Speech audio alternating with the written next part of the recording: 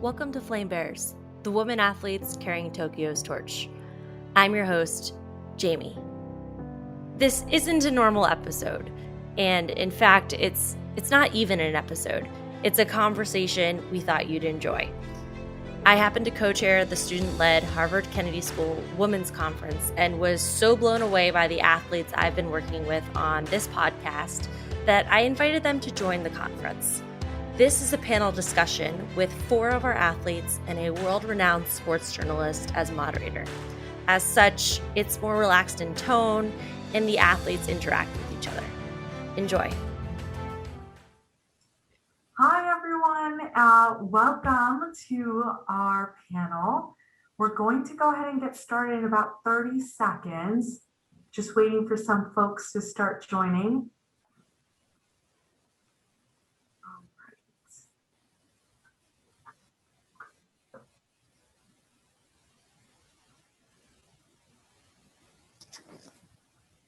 All right, I think we have enough quorum to go ahead and get started.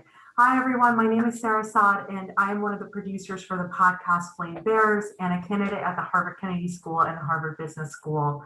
Flame Bearers, the women athletes carrying Tokyo's torch, is a celebration of the journeys of Tokyo's unsung women Olympians and Paralympians and providing action-oriented analysis of the issues closest to their hearts. Tune in to listen on the platform of your choice.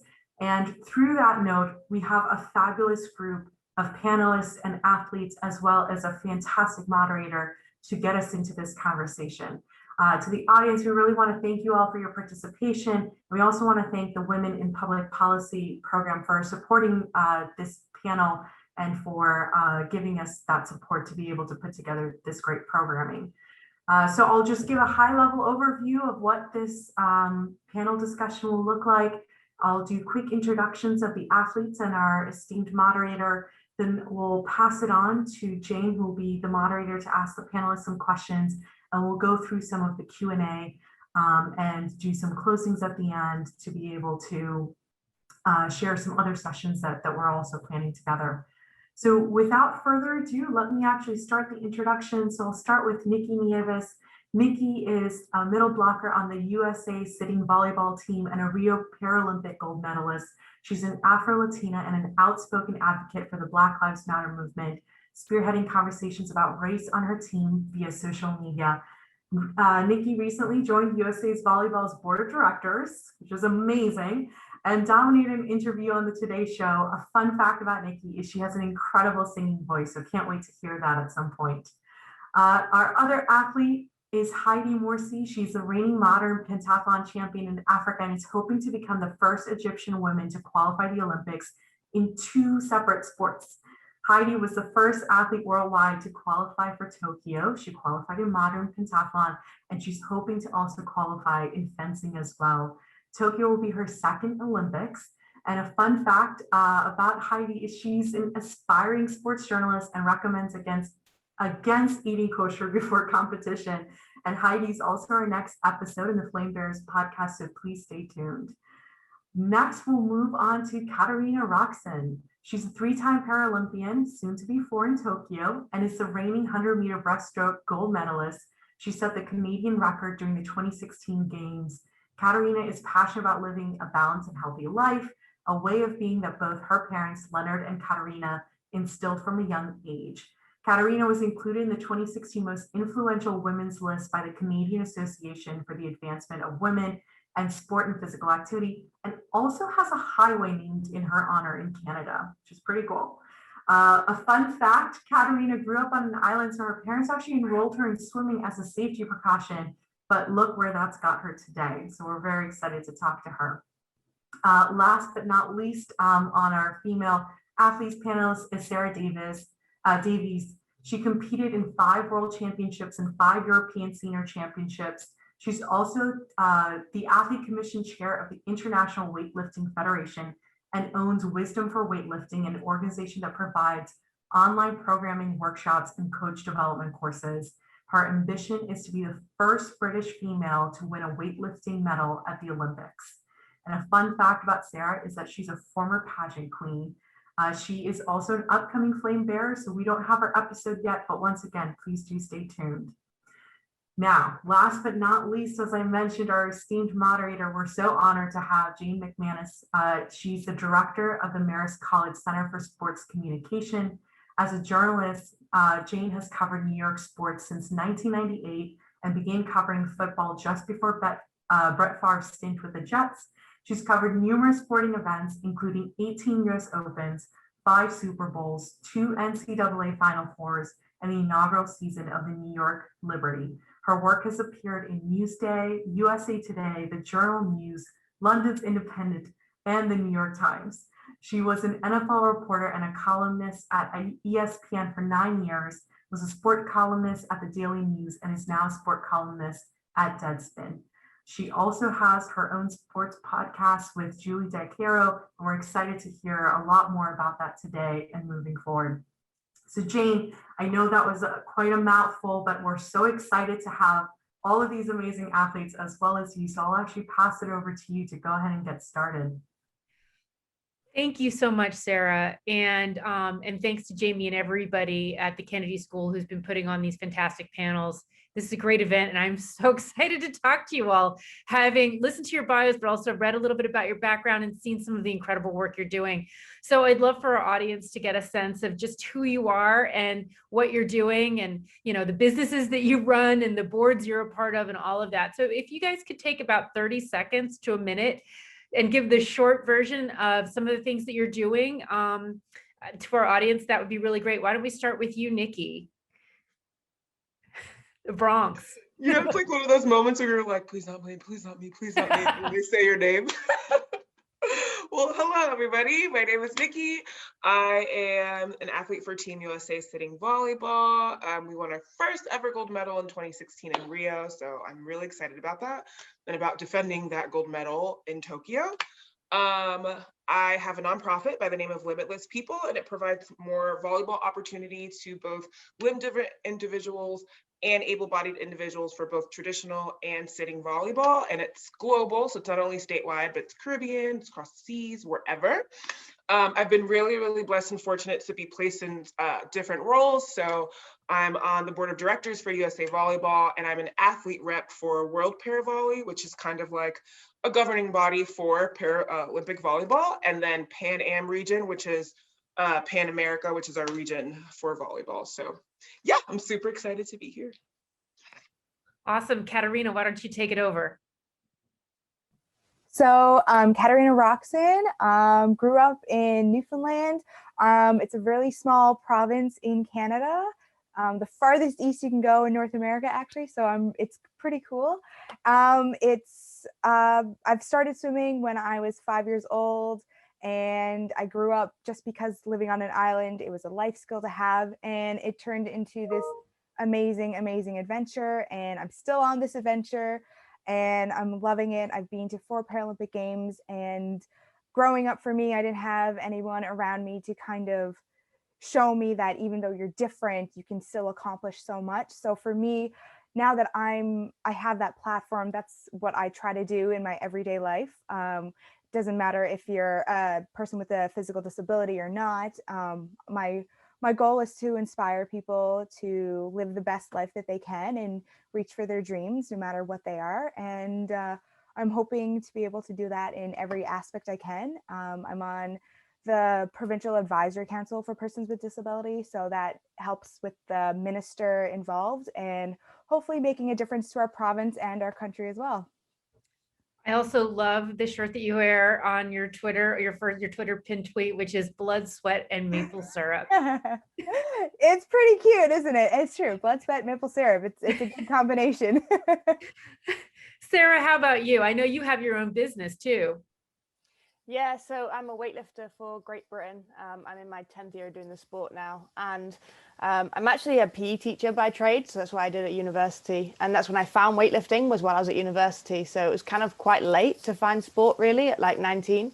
But yeah, we're not funded by the government in any way here, so we don't get any stipends or anything like that. So I have to still hustle. So basically I set up the business to accommodate that, because the thing is with teaching, like with school holidays and all those kind of things, like competition travel doesn't kind of fit into that schedule. So it wasn't fair on the school and the kids for me to keep having time off. So yeah, I set up my business. I've been running that now since 2014 and it's doing really well. So I can't complain. I'm also chair of the Athletes Commission for the International Weightlifting Federation and have kind of become the face of this movement for a much cleaner sport of weightlifting. Like we've had a lot of problems recently with anti-doping scandals and corruption within the sport. And I put my face out there on social media and ended up being like the face of the whole movement, which sometimes I regret, but it's kind of cool to be a part of and to really be seeing that change now in our sport, which is awesome.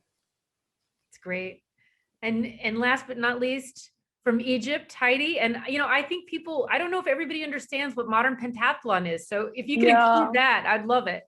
Yeah, so it's Heidi. I'm from Egypt. I live in Cairo, the capital, and I play modern pentathlon, which is 5 different disciplines, which is running, swimming, fencing, shooting, and horseback riding. So yeah, my first Olympic Games was the Youth Olympic Games 2014. So I'm only 22 years old.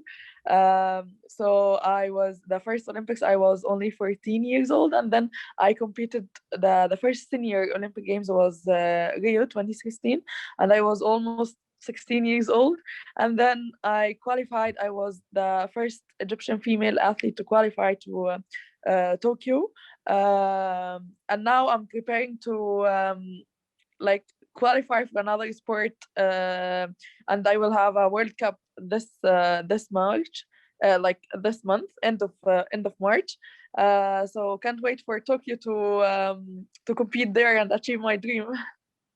Well, then that's a great place for me to pivot to the next question. And I'll start with you, Heidi, with this one, which is the Olympics have been postponed last year. And when you're an athlete and all of your social media, if everybody goes to their social media pages, you're going to find pictures of them training. I mean, it's just part of what you do. And you train as an athlete to peak at a certain time, because if you were to train 100% all the time, then you would get injured. Injuries are a possibility, burnout's a possibility, all of these things. So things have been on hold and things have been postponed, and then they were going to happen again. And then the date changes. And so you're in this place where you're having to be ready and train that way. And just maybe if we could go around and kind of find out how that's affected what you're doing and how you're training. Heidi, starting with you.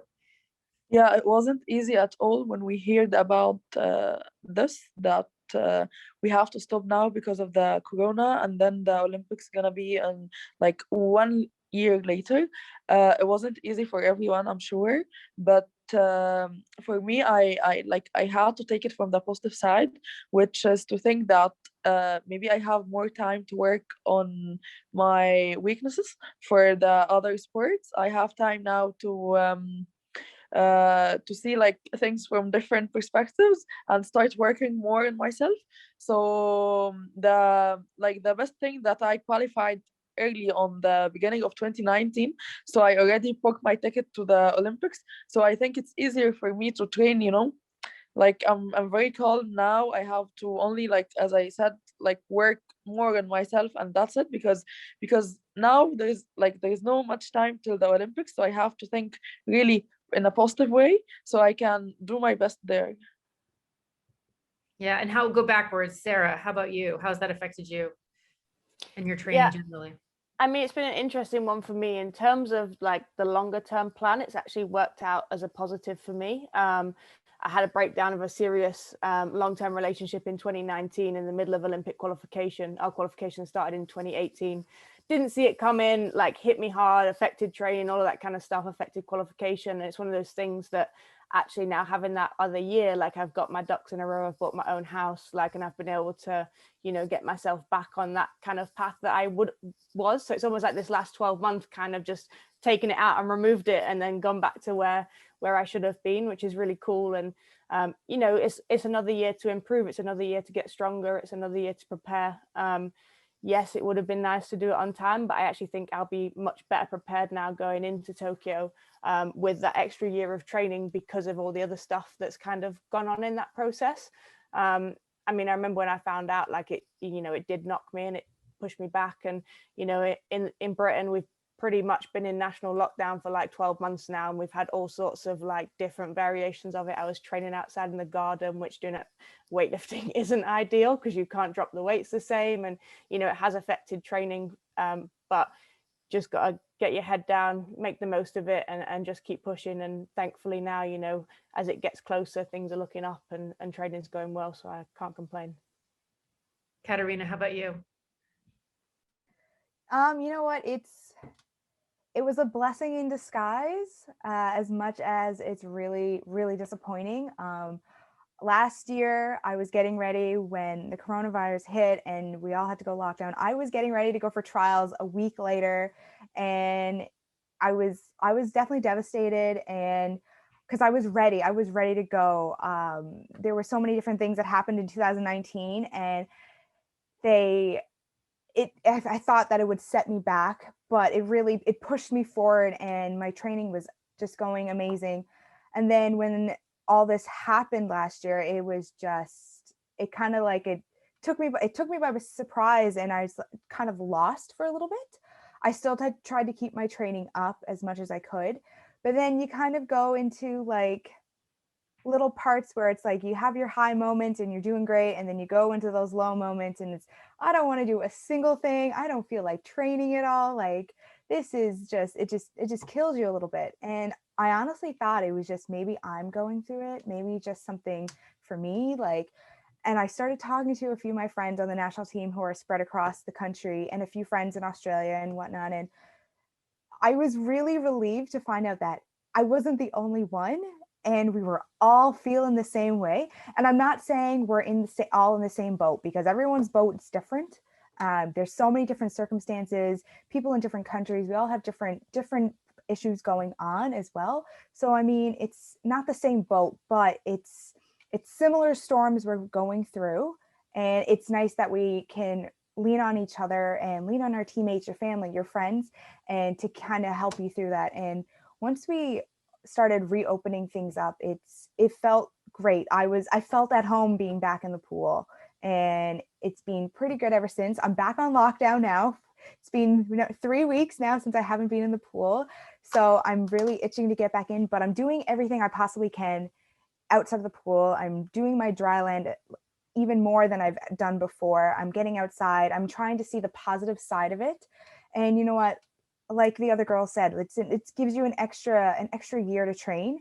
And it's definitely a blessing in disguise, as much as it is a really negative situation. And I think if we look at this situation as a positive as much as we can, then it really helps you mentally as well as physically to be able to push yourself forward in your personal life, in your training life. And I think overall it'll be good in the end. Hopefully we can get to Tokyo this year.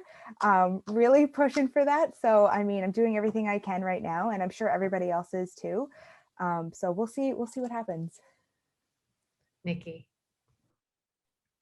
Man, so I like admire all of you ladies, because all of you were like, we're gonna look at the positives. And for me, when it hit, I was like, what's gonna happen? Like, nobody talks to me. I'm gonna be depressed for like maybe a month or two. Especially because I'm in a team sport. So now I'm freaking out, because we're like you said, you peak at a certain time. So now all of our camps and our trainings consist of working on new systems and trying to figure out new ways to like get around the defense or whatever the case may be. And now it's like completely stopped, like completely halted. You couldn't go to the gym, and then like you're trying to maintain your best at home, but of course my home weights are not as strong or as big as the gym weights. So then like in the beginning, I'm just like hyper going at it, because I'm like, I have to stay in shape, I have to get this done. But ultimately, I mean, it definitely, I feel like it brought our team closer, because we are all that we have, and we're the ones that understand each other the most, because we're all in it together.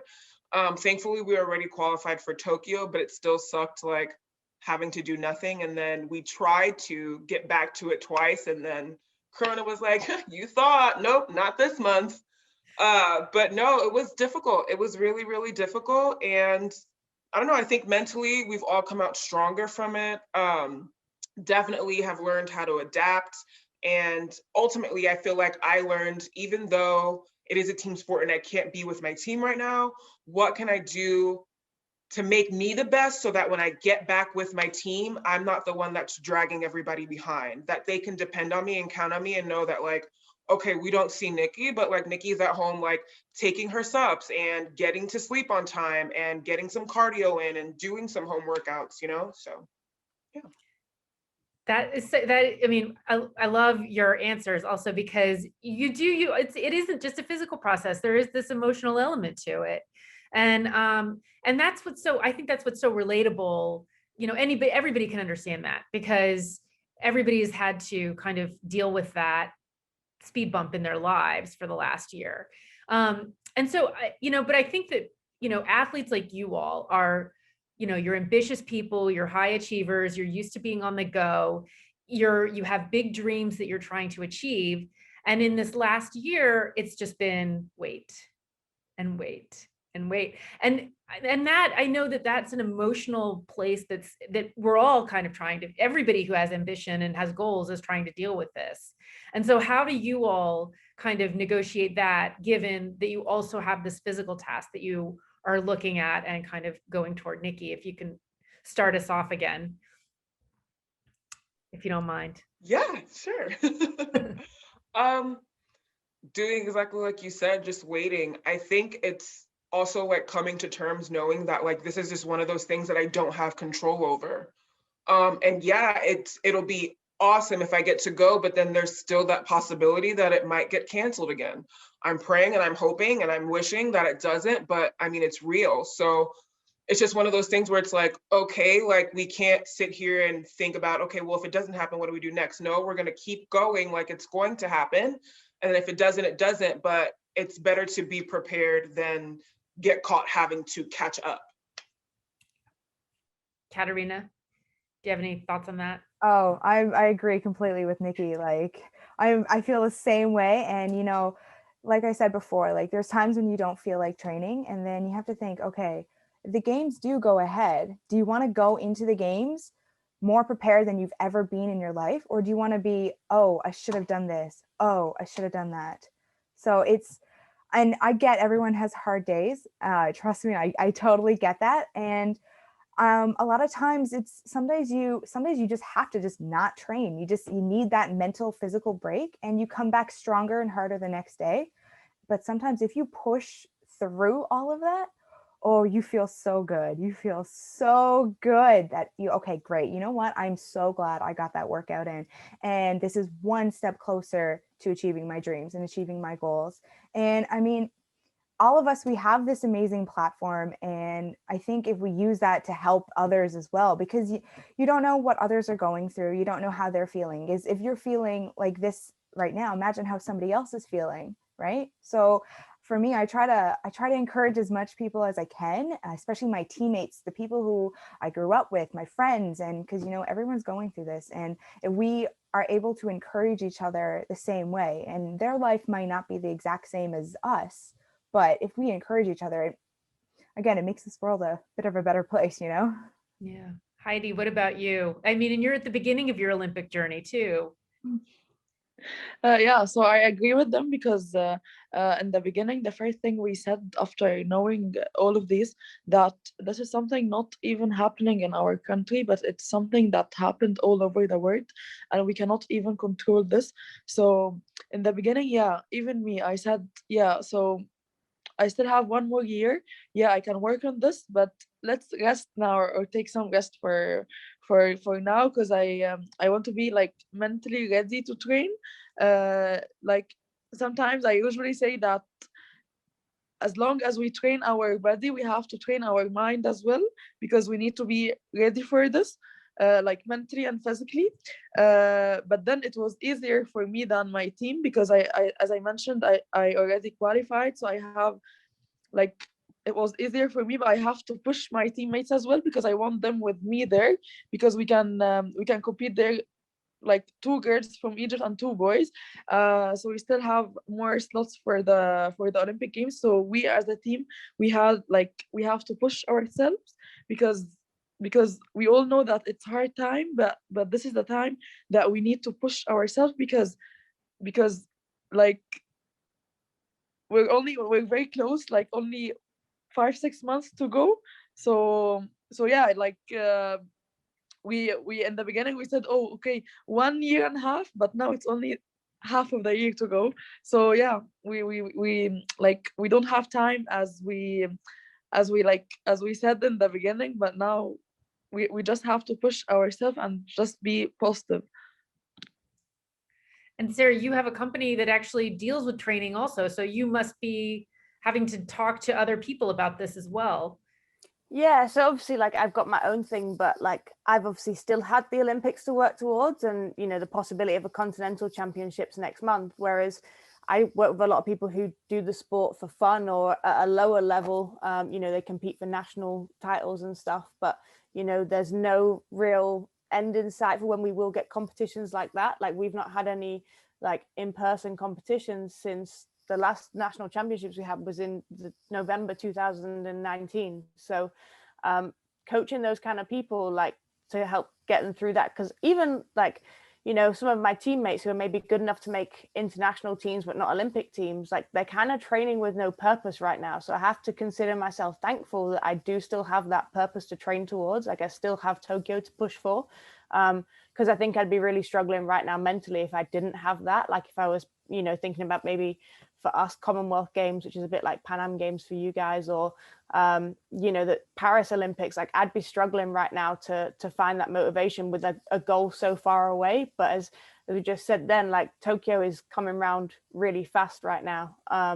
So it's about focusing on that, but also focusing on your own journey, because we mentioned briefly about social media earlier and posting training, and you see your competitors on there and they're posting training, you're like, oh, they look amazing, but like, that's their highlight reel. You don't know that yesterday they weren't crying in the corner of the gym and couldn't get themselves motivated to train. And it's about acknowledging that and acknowledging that it's all part of your journey, and listening to you and your body and making sure you're the best prepared that you can be going into it, rather than what everybody else is doing. And that's one thing that I've had to do with my clients as well, is to make sure that they're aware of their own journey and everything that they're dealing with psychologically and how it's affected their lives and their jobs and all of that kind of stuff. Like, there's so many factors to consider, and like, we're in it together. And I think it is something that has brought the world together, really, in a way, because we've all gone through it together in various different ways in our own struggles. But in some ways, it has brought everyone closer together.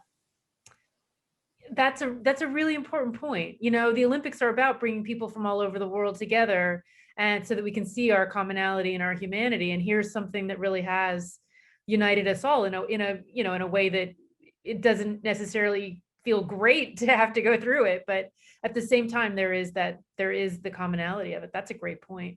You all, I think also just by virtue of what you do and being an athlete at a high level like you are, you're a bit of a role model, and you do have a voice, and you have people that you can talk to and kind of be an icon for. And this is a panel and this is a conference called We Rise, and it's about women and women's place in the world, and kind of women taking up their place and having a voice.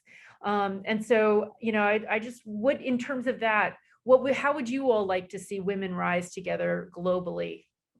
And why don't we start with Heidi in Egypt? That seems to be a good place to think about kind of women and what they can do and accomplish globally. Yeah, so I always feel proud when I hear, for example, about any successful thing that a woman do or does, because I'm a girl, and I always thought, like, I always support all this stuff that the women do, because I can mention this in our not in our country, but it happened, like, for example, 10 years ago. 10 years ago, the sports, especially in Egypt, wasn't like this now. People were not caring about playing sports, especially for women. It was much easier for men to do sports, but for women it's completely different. But even the media, they were only supporting men more than women. But now, feeling this changing over the time, like, I have been playing pentathlon, my sport, for more than 11 years. So now, like 3-4 years ago, like really all these things changed, and I lived this. So I really feel proud that now they care about women like men, not even in my country, but all over the world. So yeah, I feel proud of this. And Sarah, how about in the UK? I know there are a lot of changes that have happened there as well with the women's soccer, professional soccer league. Now I know, and women have been like in boxing and non-traditional sports, you see women really competing. Yeah, I think that's one thing that like London 2012 gave us a good legacy of when we had the games. You know, you didn't see a huge legacy off the back of it, but I think that, you know, it being okay for a woman to be muscular and to be athletic has been a huge change. I mean, I did gymnastics as a child, and at like 11, 12, I was bullied at school because of how muscly I was. Like I had hardly any fat on me, like the 8-pack, everything. I was shredded. And now I think about it now, and I'm obviously got more muscle mass than I had then, and I'm stronger than ever, but I'm more confident in my body. And I think we have seen a real shift in society on, you know, I guess the ideals of a woman's body has changed in the sense that we want our women to look healthy now. Like we want them to look athletic, and, you know, women, it's okay for you to go to the gym and lift weights in the men's section, what was men's section once upon a time. Do you know, like that kind of shift has changed massively. And that's one thing that, you know, social media has been positive for, is we see much more of that kind of equality across that, and especially in weightlifting. So I started weightlifting 10 years ago, and I could win a medal at nationals because there was 3 women in my weight class, and like I qualified for my first nationals with my first competition total because there was no women doing it. Now you have to fight to get yourself a spot at nationals. It is hard. Like I wouldn't want to start weightlifting now. Like I'm glad I'm already established, because you have to graft now, and it's a huge change that we've seen. And you know, you've got things like CrossFit that have brought that like massively through for our sport, because weightlifting is a part of CrossFit, and it's brought a huge cultural change now on how we see women, and women are strong and they can do these things, and you know, we can be badass and lift big weights above our head, and like that's okay now, whereas once upon a time it wasn't. So yeah, it's really cool to see that change. I think internationally within the sport we don't quite see it the same yet, and that's one thing that I'm battling with my position as the chair of the Athletes Commission, is to kind of get the women more involved on that kind of level. We only have 2 women who have a vote out of 22 on the executive board, the rest are men. So that's something that I'm definitely fighting to change, and it's coming. The change is coming for sure. Absolutely. Institutional change. The rallying cry that's been decades old. Nicky, how about you in volleyball? Man, I just like in volleyball and out of volleyball, because like we're athletes, but we're more than athletes, right? So I just want women to like continue to like walk in their purpose and to do it unapologetically. I feel like because, you know, we're women, people put us in a box, right? So they expect us not to lift these weights, and they expect us, you know, to talk in a certain form or fashion, or not, or to not be so direct because it's seen as aggressive, you know?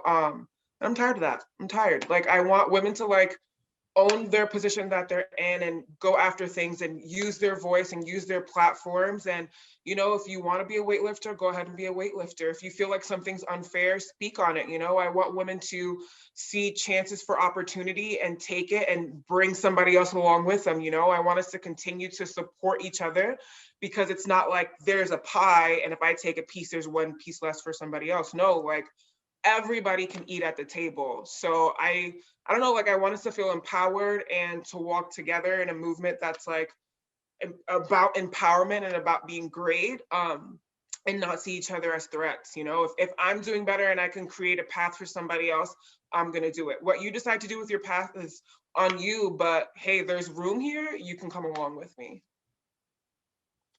Katarina? You know, after the Rio 2016 games, well, actually going into the 2016 games, the Olympic Games as well as the Paralympic Games, there was a lot of pressure on the men to perform because, you know, especially in sport of swimming in Canada, men were the ones dominating the sport, and there was a lot of pressure put on them, I think. But what came out, and the girls were, you know, go do your best, you know, if you make the final, great. And I think it was like a switch that happened in all the women, because 2016 was the year of the women. Oh my gosh. For Team Canada, speaking as Team Canadian, I think we had 95% of the medals was the women and about 5% men. We dominate. I think, like I said, there was a switch that went off and the women decided, you know what? We can be just as great as the guys. We can be even better than the guys. And I'm not saying we have anything against the guys here now, because the guys are great. We love the guys. They're our teammates and everything. But I think we got to a point, we were tired of being put on the back burner where, okay, the guys will perform this will be the result of the guys. And if the girls make the final, great. No, we were definitely tired of that. It was time to step up and show everybody what we could do. And I think ever since Rio 2016, when we all came back to Canada, that the whole country realized that there's so much more that women can do in sport and out of sport. And you see so many people stepping up their game. Like I've seen a lot of athletes transfer into politics. I'm not a political person whatsoever, but you see a lot of the athletes that competed in the games go into politics and use their voice so much more than they did in sports, because I feel like they didn't have that platform. They didn't have that support and that confidence that they needed. And everything changed after that. And now you see so many amazing athletes turn into politicians, changing the future of Canadians all around the world. And it's a great thing. And that's inspiring a whole set of a new generation as well. We have, I think, majority of swim clubs in my province are girls. And before it used to be guys that are dominating. Now it's girls. And it's so exciting because this has never happened before. So this is just the start of something so, so great that's going to turn into something even bigger as the years go on and on and on. And like now you see all these youngsters that I knew, they are killing it. And for me, it's inspiring because again, like I said, it's only just happening now. I'm 27, so I've seen how it was beforehand. Now I'm seeing how it's turning into, and it's awesome. So I mean, this world is changing for the better. Girls are becoming more confident with themselves and with what they can do and with their voice. And that's what we need. That's what we want in this world. We want women to have that voice and to speak up and honestly to be true to themselves and to not be afraid. That's a great point. And, for so long, this idea was you have to stick to sports. And I think this is the year that people stood up and said, why? Whose rule is that? I don't have to do anything I don't want to, I can use my voice. And we've seen that across the board. And each of you all talked about things that you're passionate about in your Flame Bearers episodes, or ones that have been aired or are upcoming. And so what would be one action that you'd like to see the audience members take away after this conversation? And so Nicky, why don't we start with you since you raised your eyebrows there? I saw a reaction. So 2020 was very tumultuous for all of us, right? And Black Lives Matter was stronger than ever. And when I say Black Lives Matter, I say it because there's a platform for it, an org. And that's great, but I more so say it as well because they do matter. And what I say matters, who I am matters. I should feel safe doing X, Y, and Z. I should feel safe and supported in my sport. So this year I've been really, really big on, sharing my stories. And even though sometimes I've been very afraid to do so, but just sharing my experience within my sport, because I've been a volleyball player almost all my life, traditionally and sitting. So sharing my experiences and how to make them better within our organization and how to make them better clubs across the United States, clubs across the globe. And it was scary. It was scary. And sometimes I didn't want to say certain things because I didn't want to come off as like rude or too aggressive or I was trying to be mean. But then I also had to say to myself, if I'm not saying this, because it is my experience that I had to live, how do I fix anything? Like, how do I fix it for the other brown kids or the other minorities that are trying to come on, the other Asian kids or Indian kids or whoever it may be? I'm not making it any better if I'm living in fear or not speaking because of my fear. So that was a really big thing for me. So if there's anything that you can take away from like my talk today, it would be, you know, to stand up for what's right. And it's going to be scary sometimes. But if you want to leave the area or the place that you're in better than what you found it, you got to be brave and you have to step out and whatever it takes. If it takes a, you know, like having a community, it's like for me, I was very blessed because, you know, I had my family and I had, you know, my teammates that had some of these same shared experiences, and I prayed a lot about it. And that's what helped me. So if it's, you know, I can't do this by myself, like I encourage you to go find your community or go find what like relaxes you and gives you that courage to like say like, no, this has been going on and I know it's been tradition for 50 years, but it's wrong. Or maybe we can do this a different way that's better and that helps more individuals than just one, or that encompasses everybody instead of just one demographic. So yeah, just be strong, be courageous, and I don't know, I feel like you'll see the rewards somehow. And it might not be now, it might not be within the next 5 years, but there's gonna be a day that comes and you're gonna be like, wow, like I remember when I first started, it wasn't like that. And you know, this wasn't allowed and this would have never happened. And we would have never had these many people, but because you were courageous and you decided to speak up and go against the grain to make it a little bit better, that's where the outcome came from. Sara, how about you? Yeah, I guess it's kind of like similar in a way. So like for me to speak up, like we've in the International Weightlifting Federation, we've battled so much corruption and everyone's just kind of gone, yeah, but that's how it is. And I'm like, hang on a minute, like I'm losing medals to people who should be on drug bans and have previous ones. Like there's money going missing from the federation. There's all this, and everyone's like, yeah, but you know, what can we do about it? And I was like, no, this doesn't sit with me. Like that's not how I roll. So that's when I like decided, I'm like, do you know what? I'm going to speak up. And the amount of people that off the back of it were like, I can't believe you had the courage to do this. And I'm like, it just seemed like the right thing to do. Like, why should I sit and just watch my sport get ruined? And we're in a realistic point of view where we might not be in Paris 2024. So I'm like, if I want another Olympics to train for, like, because that, you know, probably be my last one. I'll be getting old by then.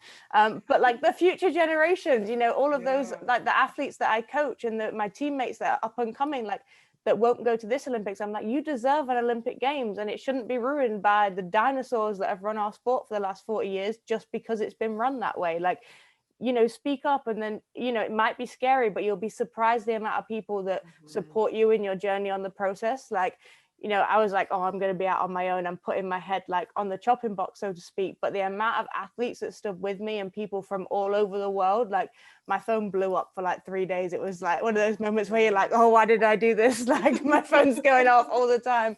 But yeah, so yeah, definitely be brave, like, and stand up for what you believe in, because if you're not going to do it, who is going to do it? And then we're all just going to stay stagnant and we're not going to see the world move forwards.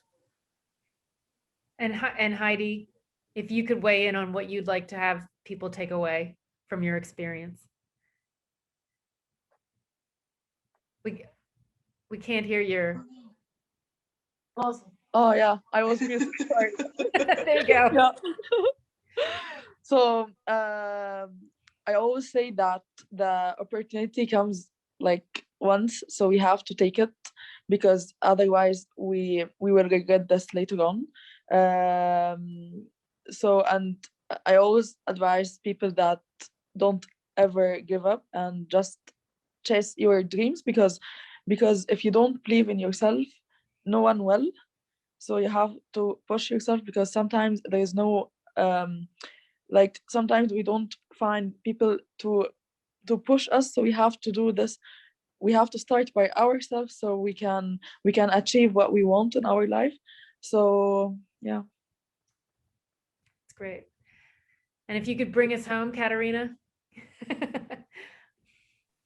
For me, I live in a very small community. I've grown up here my entire life, like 8,000 to 10,000 people. So it's a pretty small place. but it's home for me. And I grew up being that kid with the one arm. That was me. I was the little kid with the one arm, and that's what I was known as.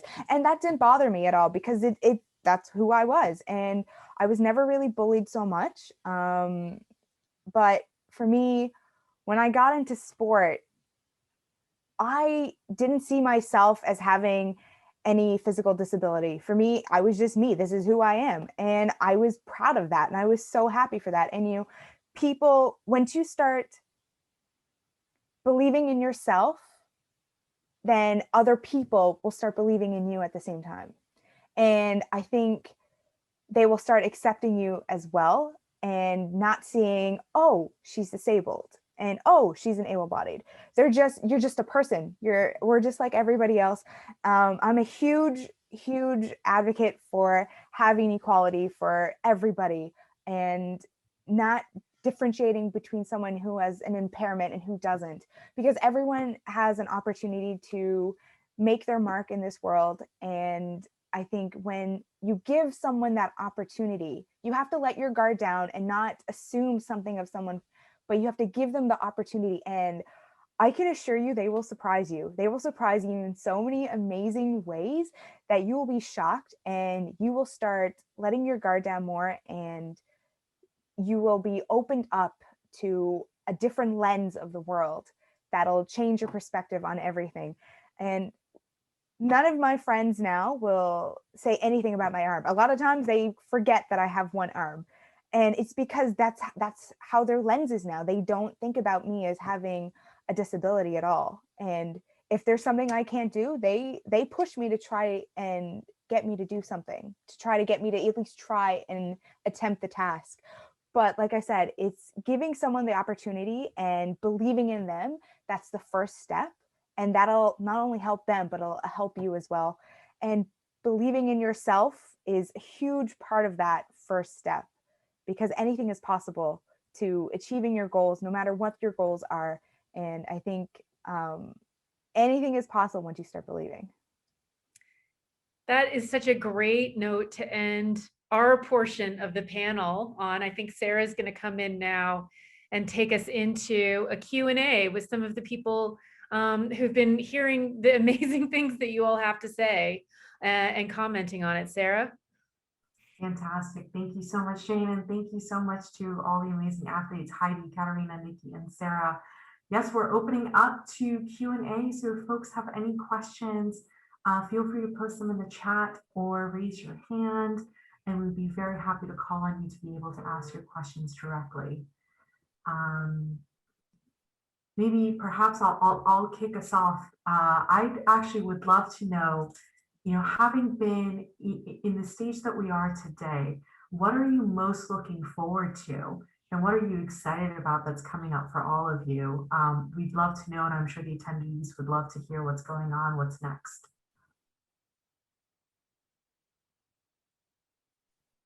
Maybe Nikki, I'll pass it to you first. So like I mentioned before, camps kept getting kind of like canceled. And for us, we have a training camp once a month, and that's just our normal. So we all fly into Oklahoma to train together, and that just kept getting canceled. But the new year started, and we finally gotten our camps to get back on the ball and rolling. So now it's just like camp after camp after camp. And we literally just had a camp 2 weeks ago, and now we have another one this week.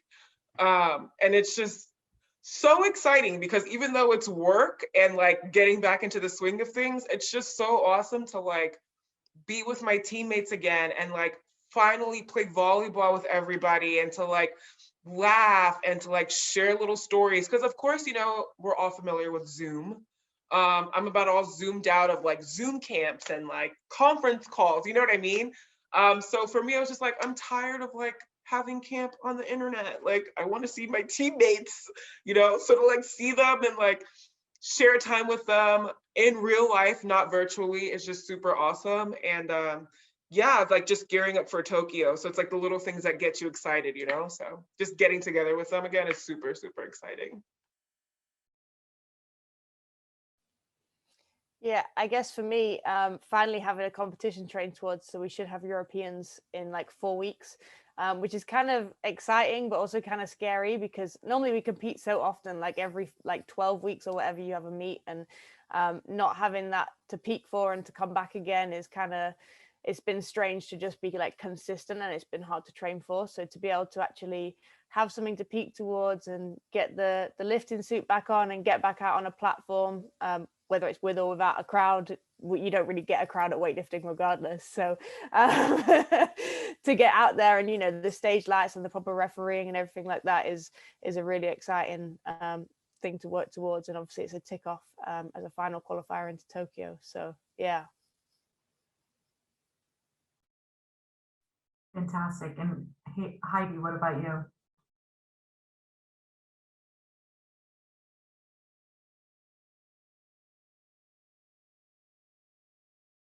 I think we may have lost Heidi. Katarina, what about you? We were supposed to have Olympic and Paralympic trials in April, but those got postponed because of all the circumstances coming up now. So it's now being changed to the end of May.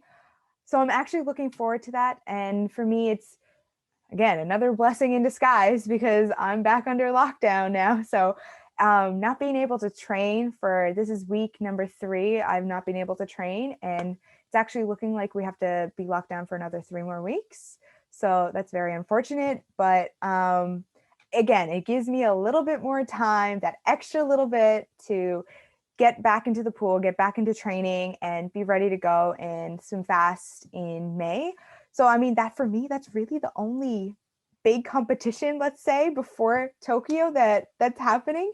So I'm really hoping they go ahead, and otherwise I'm just in school right now. And so other than training, I'm studying at the same time. So, I mean, every week you have a new assignment. So that's exciting, I guess. Fantastic. Looks like we have a couple of questions actually already coming up. There's one question from Rebecca for you, Katarina. She says, do you think it's ever necessary or appropriate to see your disability? Oh, for sure. You know what? A lot of times, actually, the other night, my dad and mom and I were talking.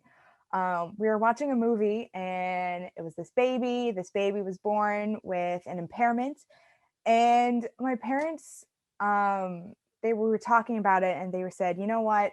27 years ago, technology wasn't what it was. And, you know, if we had caught it, you would have had 2 arms, you know?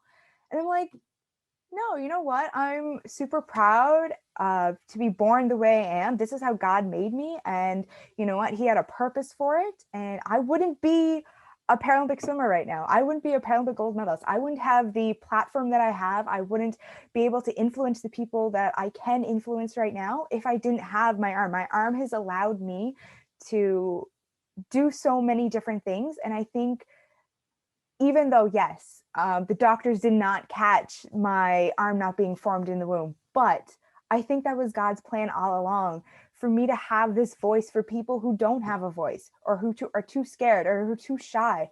And I think every time you have to look at it as a positive. I'm a very optimistic person. So it's, again, looking at it as a blessing and what you can do with what you have. It's a gift. And if you look at your disability, no matter what it is, or your circumstance, as a negative, that's all it's going to be. You're never going to improve from there. You're never going to build on top of that. I think for me, being who I am is I have one arm, and I'm so proud of it, and I would never change it for the world.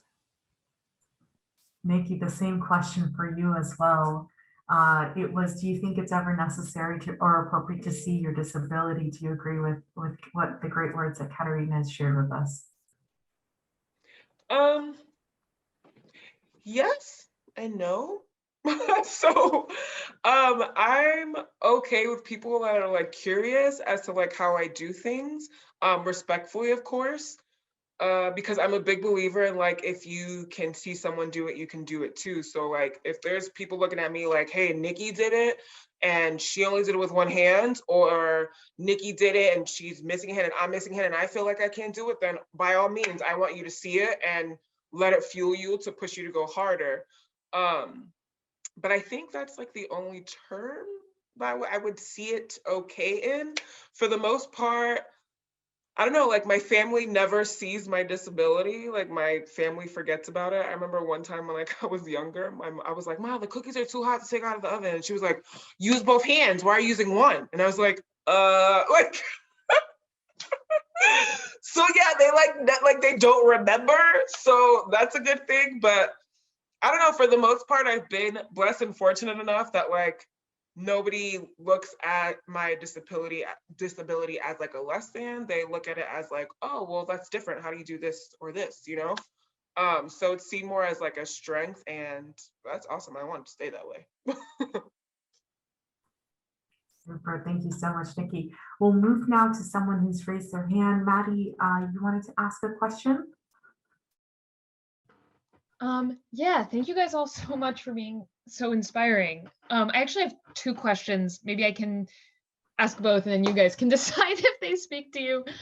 My first question is, Sara, you really struck me when you talked about going through a difficult relationship and how it affected your training, because I think we don't talk enough about how relationships affect us, especially as a woman. I'm like, yeah, men don't affect me, like I don't need XYZ. And then it like really does affect you. So thank you for being real about it. And I was wondering if you guys can talk about the ways that relationships with the people around you have empowered you. So some good relationships that have helped you through. And my other question is around activism, because you guys have touched on it.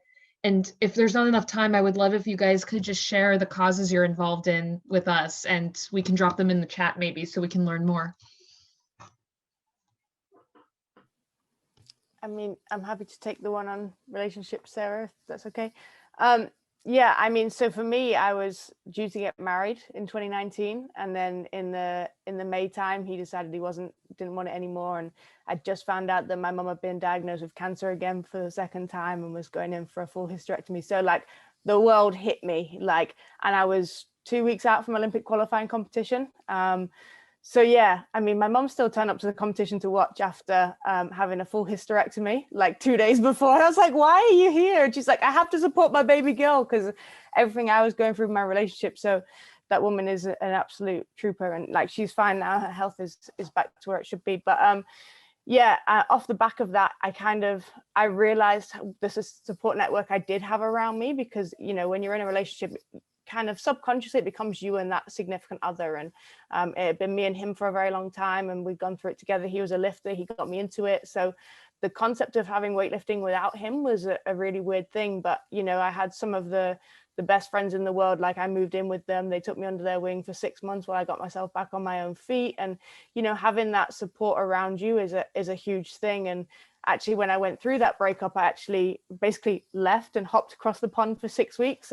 You know, I'd made international friends when I'd been at competitions, and I picked up the phone and I was like, look, Coach Mash, I need to get out of here. I need to kind of clear my head, because we had world championships not long after that. And he was like, you're more than welcome. And that's something that sport brings you, and you don't realize, like, you might compete against these people, but these people are always going to be there for you because they understand that knock-on effect it could have. So I went out there and trained with some of my my competitors and my friends out in America for 6 weeks. And, you know, people that you kind of don't think are going to be there for you really are.